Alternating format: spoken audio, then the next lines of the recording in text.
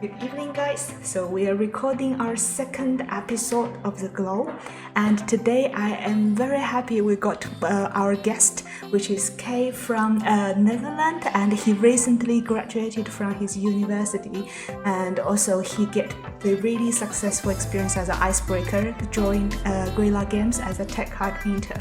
So welcome to the podcast, Kay. Would you like to introduce yourself a little bit to our audience? Yeah, sure. Hello, guys. I'm KayVolbeda from the Netherlands, and I didn't actually graduate yet, but I'm in the final year now. So yeah, Oh, and that's I awesome. I also joined Guerrilla recently as an environment tech art intern. Yeah, so okay, I wasn't realize you are still in uni. So by when you gonna go graduate? Like, is this year? For me, it's gonna be in January next year, probably. Oh, interesting. Because usually, Yeah, like in UK, like our graduation ceremony hosts like in March, but everybody just done the dissertation around like since the summer until like yeah. October. Yeah, it's a bit weird date, but that's really interesting to know. Yeah, it's not something Dutch. It's just how do you call it? I had a bit of a delay with school, so that's why I'm doing it like a half a year later. Oh, I see. That sounds very Yeah, flexible. That's really nice in Netherlands. Because I never studied yeah. in your country, so everything to me is quite new over there.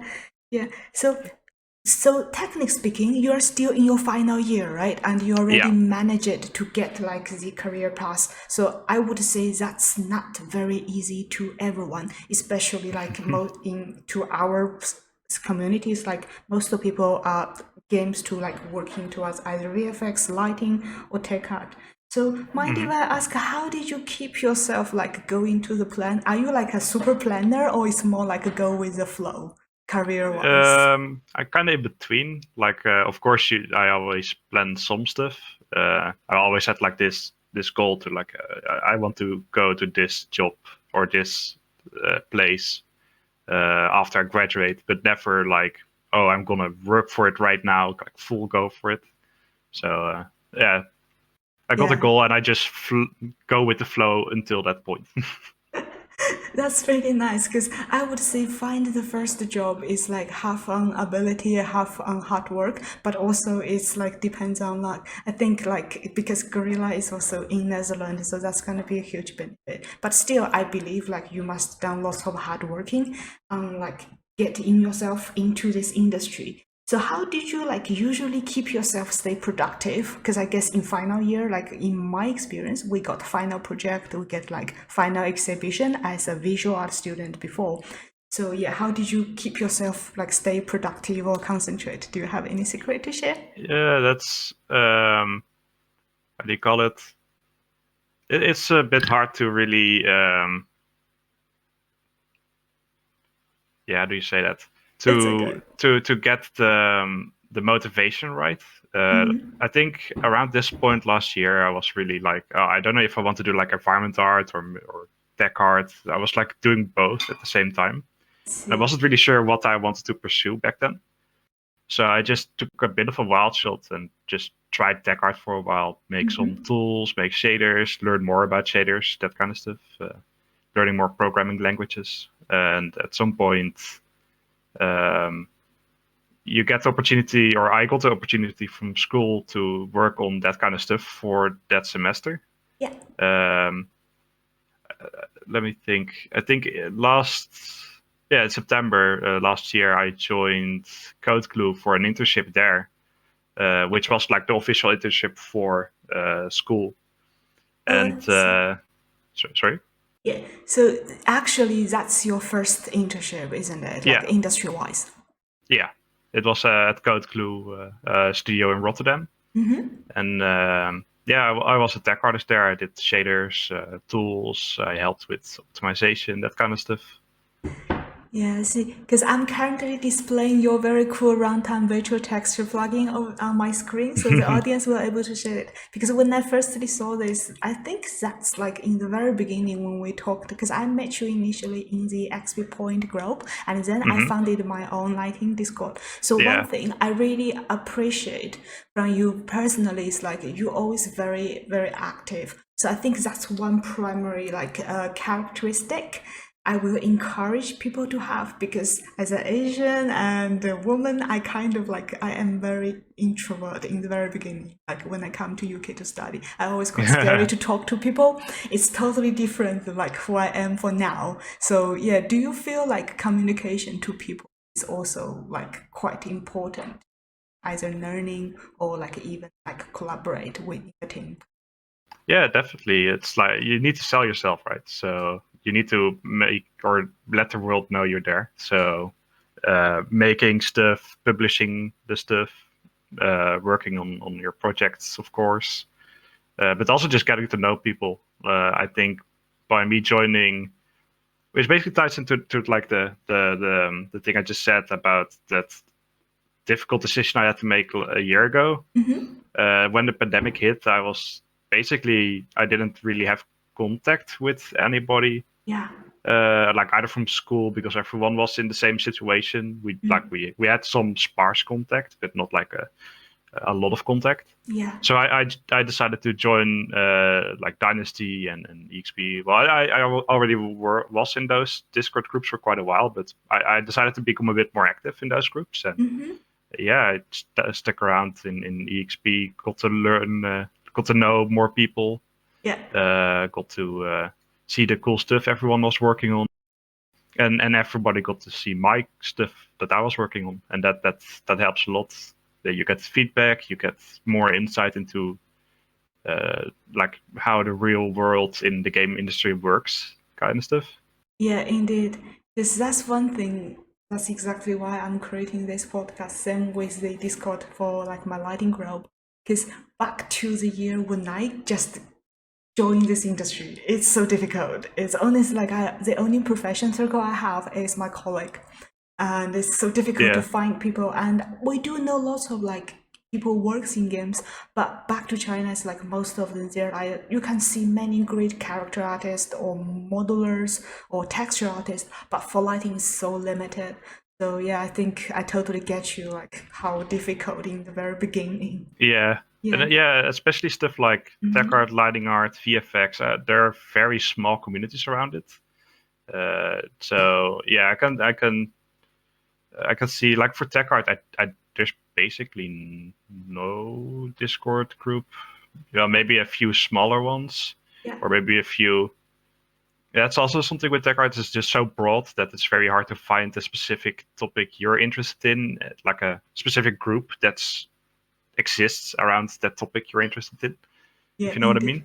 Yeah, I totally get you. Because sometimes, like I remember our very first conversation. Because I was talking about the post process issue, and you Hmm. were just shared me some of your initial plugin. Like I could control all of the post process, so that was really really cool. And you were like telling me if we got like the later version, because back then I was using one version later than your version, your plugin, I think. So you were telling me like, oh Uh, yeah, you could update that for me. I was like, oh, it's so nice. oh, the was that the oh, what's it called CVAR Yeah, it's a command? saver thing. Yeah, Yeah, yeah, that was that's was one of the things, and I'm still working on that to yeah, flesh it more out. I think back then it was still in the. I made it in Blueprint. I'm not sure, but I yeah. think I made it in Blueprint. You shared me like it's a blueprint, but Yeah, yeah, the file you sent me, I would say like it's like kind because I tried it in the same version of Unreal. I didn't end up actually using it, but to me it's like yeah, I know how to get this thing and make it work. So to me, yeah, as a visual lighting artist, I will say it's very very friendly. Because there's some funny work experience I have I can share with you. Sometimes like I need a solution, so I walk to my tech artist. And then because some people they are like I'm sure all of my colleagues in many different studios I worked, they're super talented because they get the problem fixed. But some people yeah, some colleagues will be like way easier because he will try to explain the thing like in a way I could understand. Like I'm not a coding person, so that's very yeah. lovely. But some others will just tell me, okay, because of A, B, and C, and we run this code. So I was just standing there awkwardly, like, okay, and mind explain me again in English. So Yeah. Yeah, that's also something like for example the CFAR stuff. yeah, It's basically Unreal has a lot of like parameters you can control, Yeah. but not all of them are like visible in the UI or the basic No. UI you normally get with the Yeah. editor, like in the post-process material or in a separate actor, like Indeed. the exponential height fork or the cloud actor or something. Mm-hmm. So for those controls that are more fine-tuned, but maybe just as valuable for artists to use, I decided to make that plugin to get that into an interface, which is easily editable. You can change the settings, that kind of stuff. Yeah, So exactly. it gives more like it makes the process a bit easier, and it also gives artists more control and more access to learning the systems they're working with. Yeah, exactly. Because before I started working in Gears, most of like the CVR thing I learned from like tech artists I know online, and after like I involved like in a dev team, and then the dev team is actually using the Unreal version. So I learned so many tricks from my tech artist. But also I had a very interesting conversation with the tech artist at work because those tech artists like they knows all of the CVR, but they're not sure because they can't really think like us, like a lighter or VFX. So they're not even sure like is this worth to let us know, hey, you can adjust it via the CVR. So that's like a really interesting gap between us. Yeah, and like normally, I think before tech art really was a thing. I'm not around that long in the games industry, but you probably just had contact between the artists and the developers, and that must have been really an interesting conversation or an interesting um, relationship, just because the artist has a very different way of thinking about game development than the developer has. So the tech Exactly. artist is already like a step in between, but even then there can still be like discrepancies and kind of like gaps in the how do you call it, in understanding what someone else in your team needs or uses or like how they think. Yeah, exactly. It's like now I can talk. Okay, what I want is like for the scattering. But previously, years ago, I walked to my tech artist. Is there any way to get the gradients more control? Because I just want my fork full of like even more like soften. And you sometimes I will get those awkward questions jump back like, oh, you're a lighter. Aren't you supposed to do it? I was like, I'm not asked about how I know how to do it, but I was wondering like how much boundary I could choose like push in this engine. Yeah. So yeah, that's a really difficult conversation, and it makes like both of us feeling so awkward. Yeah. So by any chance, did you interested tech art in like the very beginning? Once you interested with video games, or it's more like a overall choice because you, as you mentioned, you're coding, or like is this something you're good at, which is why? How what makes you like choose this role as a tech artist? Yeah, I think I was still in high school. Well, probably even earlier. I started Mm. learning 3D software for back then. It was mainly for like Minecraft kind of stuff. Oh, wow. Yeah, making like intro and outros for videos that friends of mine made and that kind of stuff. Yes. And that kind of gradually evolved further and further into 3D, making 3D models, making textures. At some point, I had ambition to try animations, that kind of stuff. But I quickly jumped over to video game stuff because yeah, video games are awesome. So why not work? Why not try and work there? You know, Mhm. and especially after seeing how do you call them, the director's cuts or the like how it is made, like the Oh behind the yeah, scenes. behind the scene. Yeah. Yeah, the behind the scenes stuff. You get to see more snippets, and there's like this kind of magic to it. Yeah. And yeah, that's always fun to explore. So you go that route, and I basically just went for 3D. For a Mm. long time, I just wanted to become a prop artist or just a general 3D artist, making environments or props or maybe do lighting. Like all the stuff interests me, and that's still the case today. I still like doing all of that stuff. Yeah. Some of it interests me more than others, of course, but Mhm. yeah, I still like doing all of that. Oh, that's really nice. Because What I noticed, like, see, I'm actually displaying like tech demo in my screen while we're doing the chat. So I noticed you do like purposely develop with so many different modules, like in tech art sections. Like you get volumetric cloud, you get like the ocean systems, or like your own Hmm. virtual texture. So can I ask, how did you define like those projects? Because Yeah, I think for me it was mainly because so for example the cloud stuff kind of became a thing because I think Horizon just came out, the first Horizon, and the paper that Andrew Snyder published became public as well. And I was really interested in like, I know how to make 3D models, but how did they make clouds? Like, I don't know a way to make yeah, clouds, with yeah, geometry and that kind of stuff. It would have been really interesting to see how to develop that kind of stuff. I So see. I started to dive more into the shader, and I learned like this whole world of computer programming basically, and yeah, using shaders to get all kind of cool effects. In this case, ray marching was like it was getting more and more of a thing. I think it was around when Ryan Brooks Yeah, started to like the pseudo volume function wasn't even in the engine back then. I think it was yeah, I don't really maybe like remember the year, but yeah, I yeah, was so excited when the height map rematching was out because even I'm not a yeah, tech guy, I was trying my best to follow Ryan's blog because that yeah. just looks so amazing. Yeah, like Ryan's blog was basically my introduction to tech art to some extent.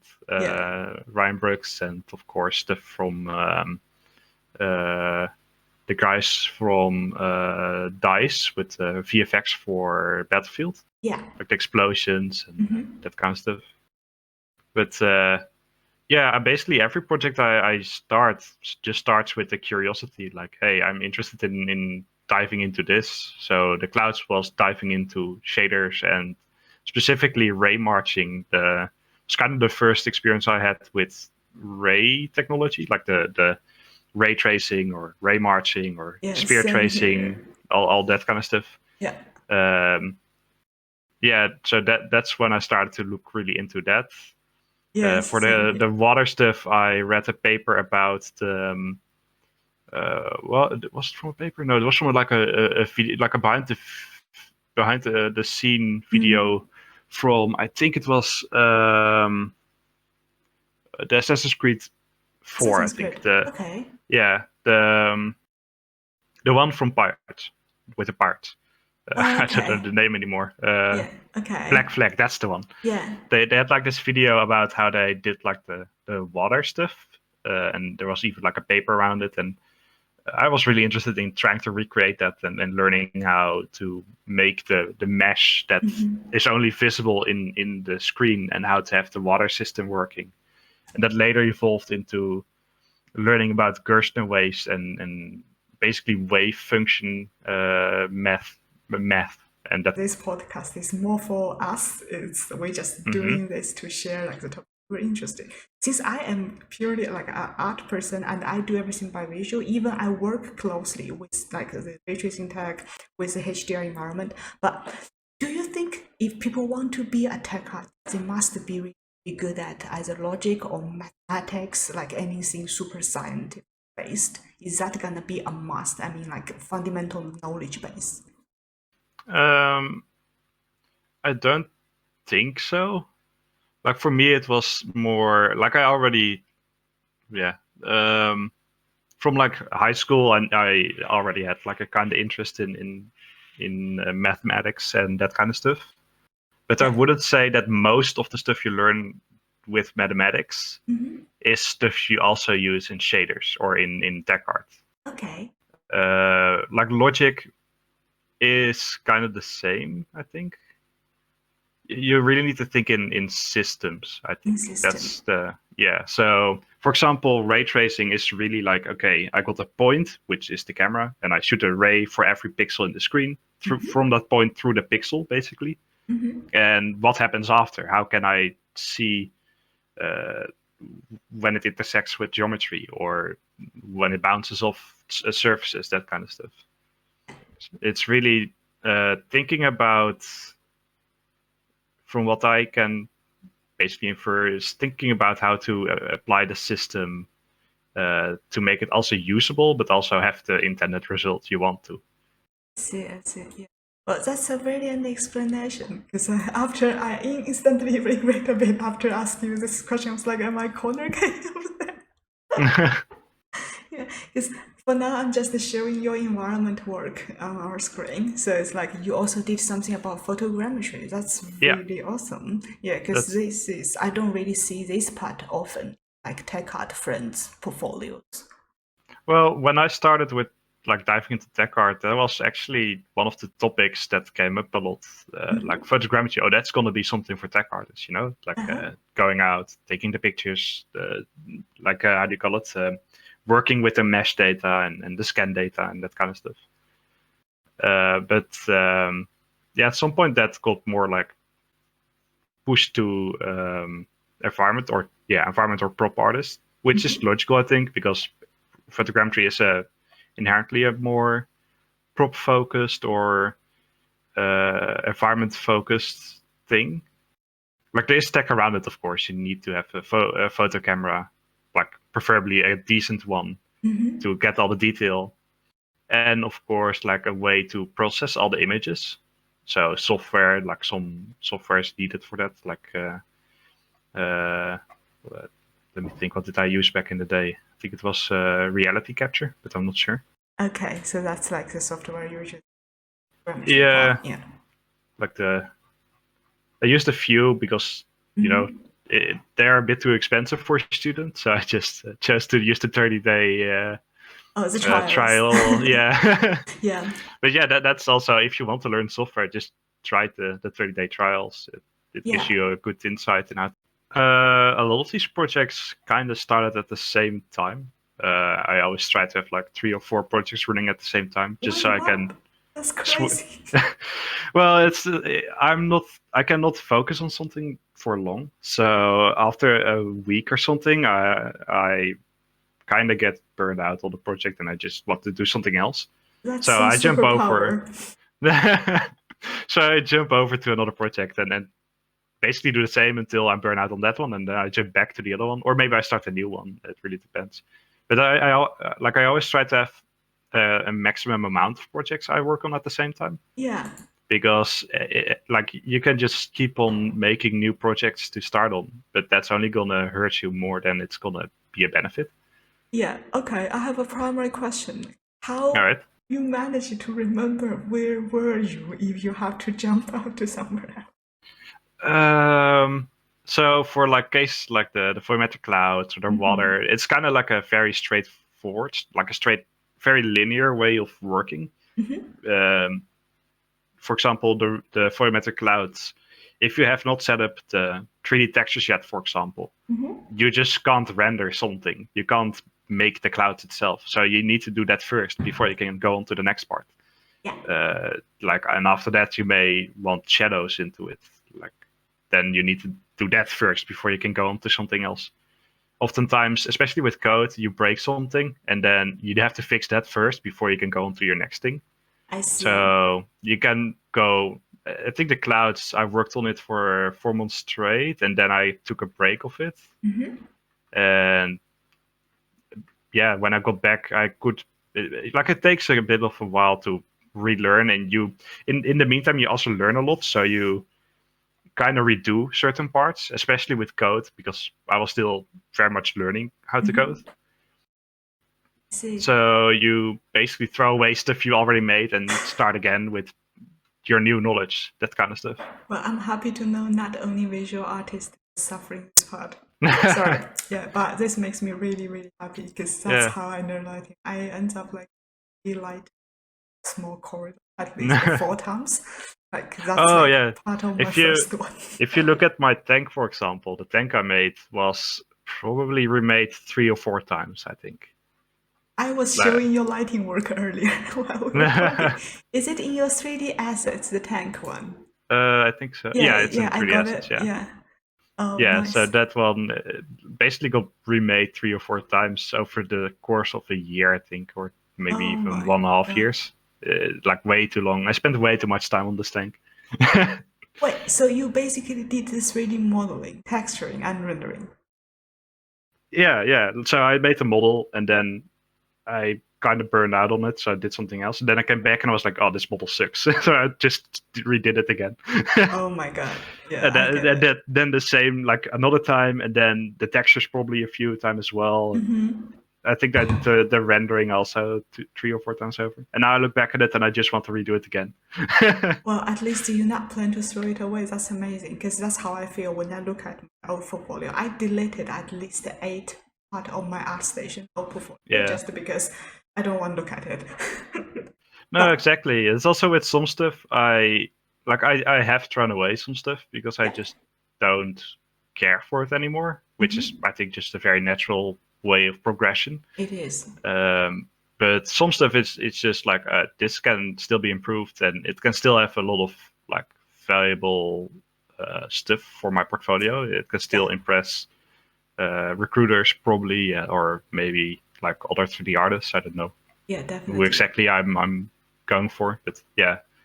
Because judging by like, because since you are wearing the job title as a tech artist, I would say this is amazing modeling. So yeah, Thank you. I'm gonna show this to my boyfriend because he is actually a mechanical designer, so he could give you some Oh, feedback. it's totally not mechanically sound, I think. Well, I don't know. I have very little knowledge about weapons, so to me that looks cool. I'm curious what you have to say. Yeah, I'll let you know after the call. All right. Yeah, that's really nice. So, so some people in our group, they will always runs into a corner, like they have some difficult like period or situation. It's just because Mhm. they might in final year like yourself, or they might be like I literally met two dudes there in our group, and they're like a family guys, so they have to balance their time really really well. Have you? Yeah, basically when I worked on the tank, I think it was just before I got into that position where I didn't really know what direction I wanted to Oh, go in, like the refinement direction or the technical direction. okay. I basically back then I really burned myself out. I think I didn't really enjoy doing the tech art or even 3D art stuff for almost like half a year or almost a year even. I think. Oh, Um, but there was also a time when I was lacking behind in school, so I wasn't in the same year anymore as most of my friends, which is also a bit of a, a drawback or not a drawback, a pushback I see. more because you know you have like friends and you go around with those and you inspire each other and also like how do you call it motivate each other quite a bit. Yeah, I If totally get it. you if you don't really have that around you, then it's really hard to go further. I found. So I would definitely recommend like joining a Discord server and try to be active. Mhm. Maybe just making friends that are also in this space. It really helps a lot, I think. Yeah, definitely. Because I totally get this part, like a good friend and good and healthy friend circle, like in the professional wise, it Yeah. does help a lot. Because honestly, I shared before when I was doing this Discord group thing, I wasn't really because I myself is not a very, I would say I'm not a very social person, like personally, just a person. So I get Yeah. inspired with my boyfriend because he was like running his tutorials and he was just to get people feedback, and also the clubs they even do like a collaborate project because they all concept designer or concept artist. So I was like, lighting is not really a huge group, but it's never like lighter works along. We work with tech guys, we work with Yeah. VFX. So that's how I slowly getting to know all of you guys, and that's how I slowly build up the podcast. So I totally agree with you. This is a really good motivation. And Yeah, also, and mhm, speaking on like the being more introverted part, like mhm. I'm also very much an introvert. It's like making contact, making friends is like kind of hard. So especially online because it's you don't have to face you Yeah. can't really like take a beer with someone or Oh, uh, whatever is the normal way of making friends is for yeah. you. I think Um, during the lockdown is even more difficult. Exactly, yeah. It's way harder now. Which also, if you go online during the pandemic, I think that has helped quite a bit. Hmm. because I think there's a large influx of people now going online Oh yeah. or have been gone online. I think it's slowly declining now a bit. Hmm. But when I started, there was like a ton of new people online. Yeah, that's really cool. Because I think I totally get like the introvert part. Because I honestly believe most of us like in this industry is not Yeah, really. I don't know. People call us what, nerd or something. exactly. Yeah, Yeah. because I remember once like I went to like an event. It's basically like a game dev event. So Hmm. I wasn't like there's many booths and just like people either they're indie or people who's like from software developer. So they Yeah. give like free stuff or like they just give you like some career advice or even like a workshop or game jams. So back then that was in still it's in UK. I think it's a very small event in like Soho area. I went there and I met a girl like she's wearing like one of like the game t-shirt. I was just asking her like, oh, where did you get it? And then it ends up she is like a fresh graduate as well and a VFX artist. So we literally start knowing each other and become like a real friends just because she was wearing a t-shirt with a Japanese game I like a lot. Yeah, amazing. Yeah, and that's kind of like how it goes, I think, right? It's Yeah. just how do you call it? Yeah, because my personal experience about like the professional circle friends is more like either they not talk at all or like there's something triggered the topic and suddenly everybody start talking. Yeah, especially like for before the pandemic, you had events you could go to, you had Yeah. panels, you had conferences, maybe even like how do you call them? Like group meetings Oh yeah, like kind of this stuff. meetup. Yeah. Yeah, meetups, that kind of Mhm. stuff. And those are all not there anymore. Yeah, I do miss So it. yeah. So I did have like some experience with going to we have in the Netherlands we have quite a few actually where we got end user event which was more like a Houdini Ah. and Houdini let me think I think Houdini 3ds Max Mm. and I think there were also some Cinema 4D stuff people there Mhm. and they gave talks and also oh, what's it called again? Wait, let me see if I can. It's called Playgrounds. That's the Oh, one. playground. Okay. Yeah, it's just a pretty big one. It's I think 2 or 3 years ago, some of the people from Sony Santa Monica came by just after the release of God of War, Okay. just to That's talk cool. about the environment art and the rocks and that kind of stuff there. I And see. yeah, it's a lot of Playgrounds is especially like a lot of conceptual or concept art stuff, but also 3D artists or movie or animation or like a lot of broad Yeah. approach. Yeah, so it's literally like a game dev conference. Basically, yeah. Well, even bigger than a game dev. I think game dev was actually the smallest part in that conference. Oh, It was really? more, yeah, it was way more concepts and film. I think also people uh, from Pixar came. The last Really? time I was Mm. there, the art director from the Spider-Man into the Spider-Verse Oh, I was there love as that well. movie. Yeah, Yeah, it's same. It was amazing. Yeah. really cool when it came out, Uh, and still now. And yes. yeah, during the like the after party, I bumped into him while going to the toilet, and we got in a talk, and yeah, it's like those meetups are really fun because there's a lot of people that you get to meet and get to know better, that kind of stuff. Yeah, indeed. Because I heard something like similar in the UK. I never been there myself, but like I heard that from like people I know, like the other concept artists is like industrial workshop. So it's basically like such. Because back to the first year, like when I met my partner, and he was also working like in the uni, and he was about to graduate in the college, not uni. So what happened is he tells me he went to the workshop and he got his first job. So he just quit the college and then joined the industry. That's how he starts.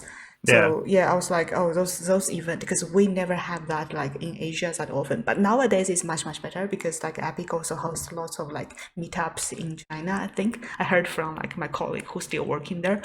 Yeah. But yeah, I think situation in general is much better. But yes, the COVID does like decrease a lot of possibility. So which is why I was keep saying to like friends, it's like how you to break the ice and get into the industry this particular difficult time. That's really impressive. It's really amazing. Yeah, it's yeah, making contact, getting to know people. Making contact. In my specific Yeah. case, for getting to Gorilla is quite a bit different because Mhm. from what I understand, I think I sent Ben, the environment lead at Gorilla, a Mm. message in September when I was searching for, or no, August when I was searching for a internship. Yeah. In the end, I asked him like, hey, what does a tech artist typically do at Gorilla, that kind of stuff, and he gave me some like insight, some feedback on my portfolio, and the communication kind of watered down after that. Hmm. And then suddenly, I think beginning of February, he started messaging me again from hey, are you still interested in, or are you interested in doing an internship with us? And Oh, yeah, that's that's amazing. that's how it all went down.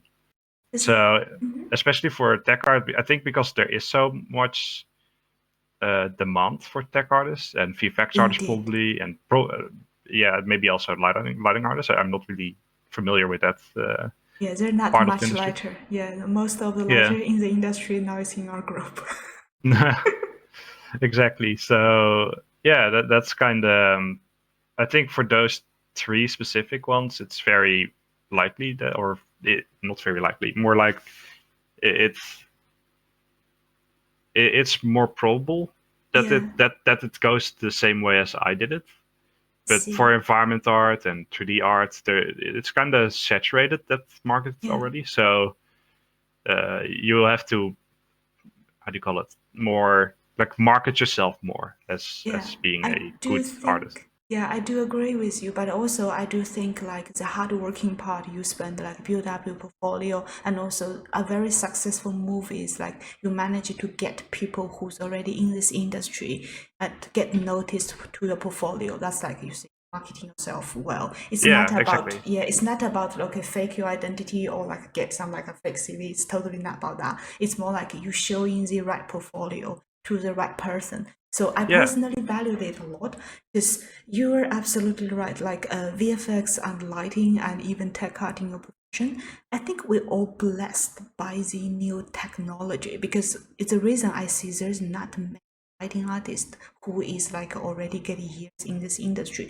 is because in the beginning perhaps only those top game dev studio have this request and also they have the tech in their pipeline to afford this profession because I yeah, think, exactly. yeah, because nowadays I would say, yeah, the things like even real time lighting, because think back, I think when the first time I saw the tech demo of Crisis 3, I was like, wow, that's amazing. And I was just like, I'm not even in this industry yet. I was working in theaters back then. So I was like, this is like just magic.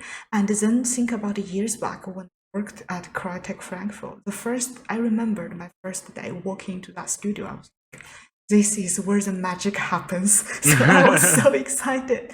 But just a short years passed away. We got ray tracing is out, virtual textures, all of those. I always call those stuff black magic, honestly, because just like see Yeah, how far it progressed, like in it's almost in no time. So I think those profession in particular, we do get blessed by the latest tech. yeah. And I think stuff like ray tracing, it's not really new. It has already, like, I think the concept of ray tracing was like started in the 70s or 80s. I think it's Uh, 80s if I remember yeah, correctly. Yeah, something like that. yeah, And up until now, it was only really, well, up until a few years ago, yeah. when before the 2000 cards, the Nvidia cards came out. Mhm. Uh, Before then, it was only really viable for offline rendering because it just took so long. Yeah, But now you can get pretty decent results. in real Uh, time. and especially also with the how do you call it, the progression in denoisers, that Yeah, deep really, learning super sampling. Is that the one you talk Uh, about? that is more Okay. like I think more like an upscaling and a Upscaling. Okay. aliasing technique. So Okay. it is quite a bit. It's a little bit different, but it does work well with denoising because you Okay. can basically have a lower resolution screen and have a more aggressive denoiser, and then just upscale it, and you get the detail back basically because it converges and uses AI over multiple frames. Oh, you remind me, like, I just watched because I was looking for reference yesterday and saw somehow reason I found those 8K remake. I think that YouTube channel is called Upscale. So they were mentioned like they just redo most of the World of Warcraft cinematic into 8K. I don't know All if right. that's the same tech we talk about, but anyway, we got talented audience, so correct me if I was wrong, because I'm not a tech artist, just a disclaimer. But yeah, I was like really amazed because those cinematics looks really it's up to Yeah. 8K. Well, the different upscaling techniques have already existed for quite a while. You got what's called bilinear upscaling, which basically linearly interpolates between the neighboring pixel and gets like the middle section, the middle color between those two. But yeah, you can see that that's not really like giving you a good result. Next to bilinear, you also have like temporal systems, which basically use past and future frames to kind of remake the current frame at Yeah. a higher resolution. Which is kind of the idea behind temporal anti-aliasing and DLSS and all that kind of technologies. And of course, denoising. Denoising is also, it has both what's called a spatial component and a temporal component, where the temporal component is more like between the frames and the spatial component is between each pixel on the same frame. Yeah, that's the way why I keep telling you, okay, I really like how the way you explain everything because that's readable. I could like say I understand this. Yeah, like the way I learn the like tech stuff, I really try to learn more how it works than all the Yeah.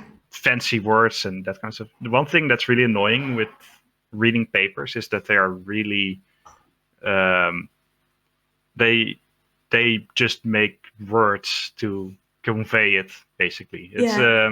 a bit hard to explain, but they make they get hard words which can muddy the waters a bit around what it actually does. Yeah. Like a temporal component does not tell you really anything much, especially for a Dutch person who didn't have a lot of English knowledge back then, or like didn't know English back then really well. I totally Uh, feel you. yeah, English exactly. not my Yes, first. yeah. Yeah. So a temporal component is just it uses multiple frames to get the data. With I yeah, see. I it's just see. it's often just like simple things like that. I think it's like a bit the gap between like literature, tech paper writing, or like Yeah, the exactly. actual the way how we talk. Because I suffer similar pain when I read those authentic articles about the critics for theater design because that's what I was studying back to the Yeah. uni. Or the worst part is like curating or art history. It's like I literally feel I do not speak English at all. That's how those tech paper makes me Yeah, feel. Yeah. exactly. Yeah, for me, they're exactly the same. Yeah, totally. Yeah. We're almost reaching the end of our conversation, Kay. So first of all, thank you so much for sharing your past, and also it's really great to know like how the way you explain all your plan everything. So do you have any like suggestions or like keywords for our listeners who is also in the final year? Um, to be honest, just go and make stuff, get to know people, try to kind of market yourself. I think is probably a good way of going about it. So don't worry about getting the job on the first try. Like I'm very lucky that I got it even before I graduated, but that's not something that's going to be the case for everyone, and everyone learns at their own pace. So just take the time you need to get at the point where you want to be. Yeah, indeed. Well, thank you very much, Kay. It's great to have you here. Yeah, thank you for having me. It was a pleasure. Yeah, okay, so for our listeners, where can we find you? I will attach your social handle there. You using Twitter or? Yeah, you can find me on ArtStation. I will send you the link to the ArtStation main page instead of the web my website. Yeah, And definitely. on Twitter at KayManV, KayManV 1998. Yeah. Well, anyway, we will attach all of your social handles once we publish this on YouTube. Again, thank you very much. Yeah.